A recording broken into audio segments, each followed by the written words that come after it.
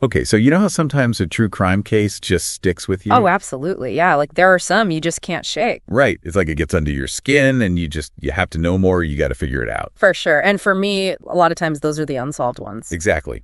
And that's what we're diving into today. A case that's been making headlines and sparking endless theories for years. Buckle up, folks, because this one's a doozy. We're talking about the unsolved murders of Barry and Honey Sherman. A case so full of twists and turns it would make Agatha Christie blush. Right. And we're not just going to skim the surface here. We're going deep. We're looking at everything, the official investigations, the family's private investigations, the theories, the speculations. We're going to lay it all out there, and hopefully by the end of this, we'll all have a better understanding of just how complex and frankly bizarre this case really is. So first things first, who are Barry and Honey Sherman? Well, on the surface, they were the picture of Canadian success. Right. He was a billionaire pharmaceutical tycoon. Founder of Apotex, a generic drug giant. And she was known for her incredible philanthropy work. They were philanthropists, they were socialites, they seemed to have it all. Power, money, influence, a loving family. The Canadian dream, you might say. But then December 15th, 2017 happens. Yeah, their story takes a very dark and very public turn. They're found dead in their Toronto mansion, a scene straight out of a crime novel. And that's where the perfect couple facade crumbles and the real mystery begins. So paint the picture for us. What did investigators walk into that day? So picture this, a luxurious mansion, an indoor pool. Okay.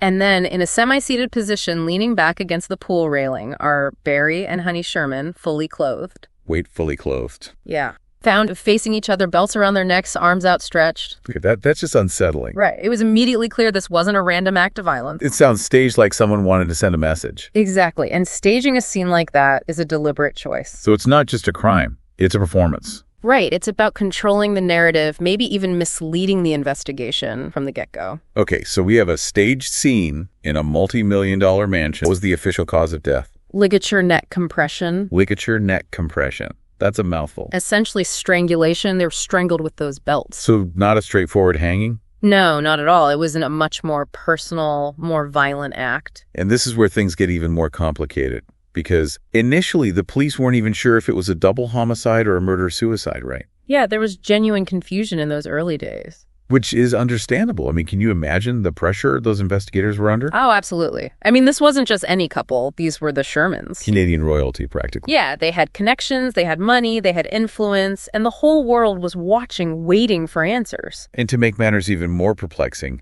there was no sign of forced entry. Right. The mansion was locked from the inside.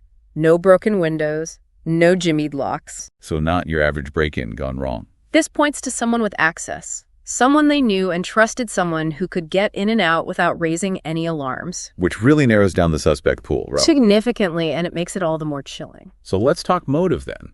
Okay, well, with someone like Barry Sherman, a billionaire with the cutthroat business reputation, there's no shortage of potential motives. Right. Apotex was constantly embroiled in legal battles, patent disputes, accusations of aggressive business tactics. There were a lot of people who had a bone to pick with Barry Sherman. For example, there was that infamous case against him from those former business partners claiming he cheated them out of billions. And that one went all the way to the Supreme Court. So yeah, if you're looking for people with a motive for revenge, that's a pretty good starting point. But we also can't forget about personal grudges, family feuds. Oh yeah. I mean, money and power can do strange things to families, even close ones. And the Shermans had their fair share of internal conflicts, too. So essentially what we have here is a giant web of potential suspects and motives. A tangled mess, that's for sure. And as you can imagine, the rumor mill went into overdrive. Absolutely. People love to speculate, especially when it involves the rich and famous. Right.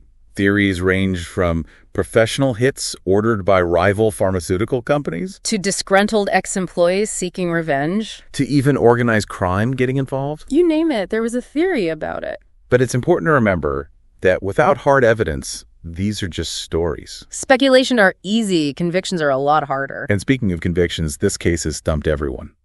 Despite years of investigations, both by the Toronto police and private investigators hired by the family. Not to mention that $10 million reward still unclaimed.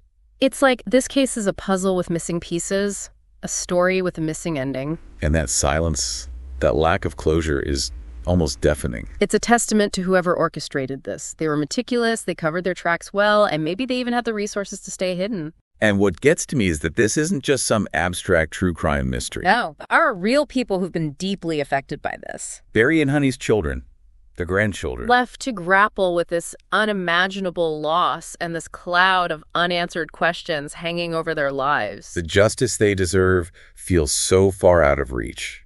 It's heartbreaking, and it speaks to the deeper tragedy of this case. So for everyone listening, put yourselves in the investigator's shoes for a moment. What would you focus on? What theory just won't let you go? Because this is a case that demands our attention. Demands we remember Barry and Honey Sherman.